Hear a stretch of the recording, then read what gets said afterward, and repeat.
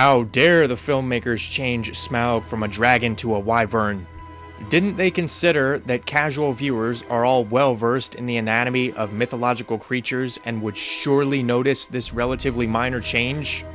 Don't they realize that this completely changes his abilities and personality to the point where he's not even the same character anymore? This ranks as one of the worst creative decisions in the history of film and diminishes any enjoyment that could possibly be found in this movie. Alright, to be serious, does it really matter that they made this alteration to Smaug? Especially when everything else about him is so well realized? Benedict Cumberbatch definitely had some high expectations to meet when he signed on to play this dragon.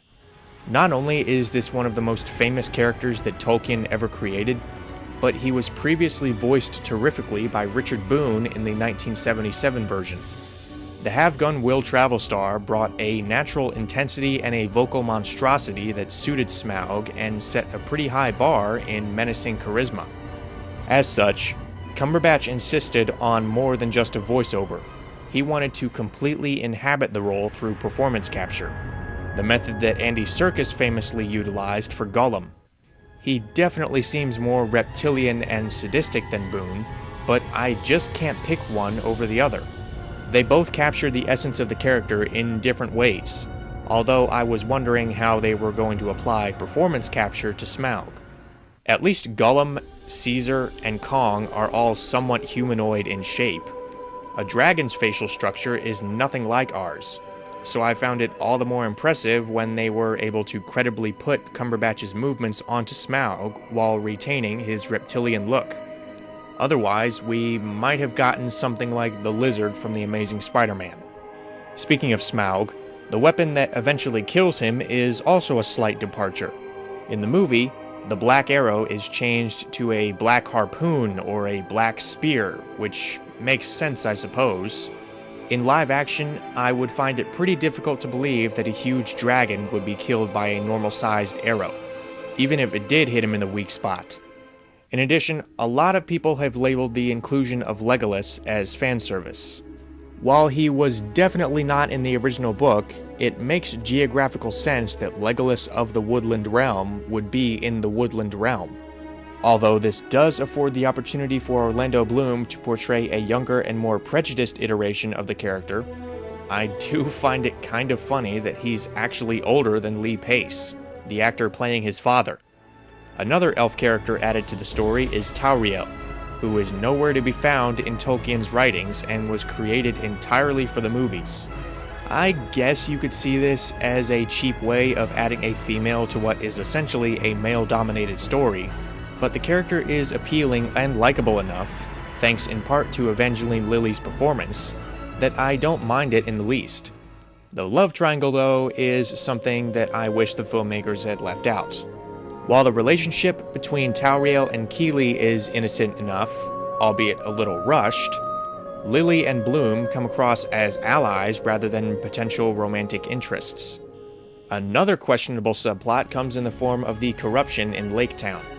It doesn't destroy the movie, but watching the Master of Lake Town bumble around and plot against Bard eventually loses its charm, despite the obvious talent of Stephen Fry.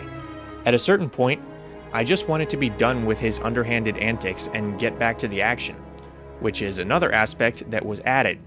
There's no barrel chase in the original novel, but I accepted it when it popped up in the movie for a few reasons. First, it's a creative and kinetic sequence that's a lot of fun.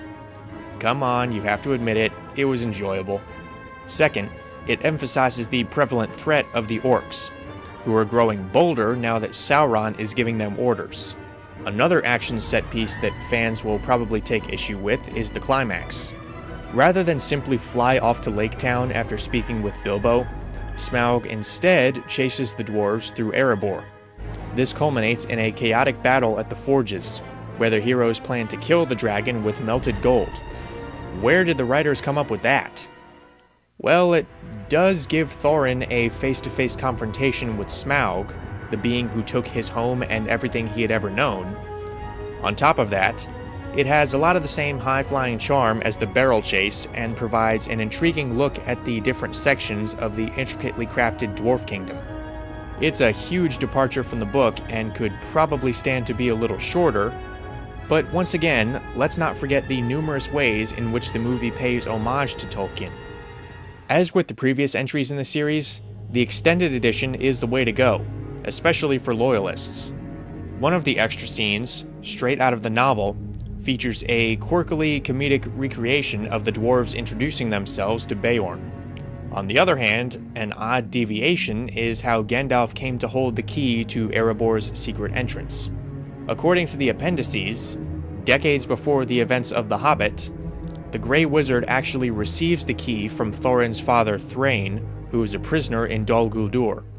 However, the extended edition of this movie adds a subplot involving Thrain being discovered by Gandalf in the fortress and telling the wizard that Thorin must not go near Erebor. This is an interesting inclusion due to Gandalf already possessing the key at the beginning of the first movie.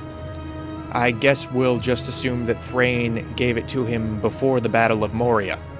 Another event that was supposed to happen before the story is the White Council's discussion of Sauron's possible return. Gandalf had his suspicions about the necromancer well before setting out with the dwarves, but actually showing him converse with his fellow guardians, as well as encounter Thrain, is more potent than if the character simply told us what he did off-screen. When compared to the first movie, The Hobbit, The Desolation of Smaug takes about as many, if not more, liberties with the source material, putting more of a focus on action and being a fast-paced adventure. I will admit that the casual and inviting atmosphere of the book is not as prominent as many would like, but considering the filmmaker's intention to tell a more complete version of the story by incorporating the darker material found in the appendices, I do think that the film and its subsequent extended edition find an admirable balance in the end.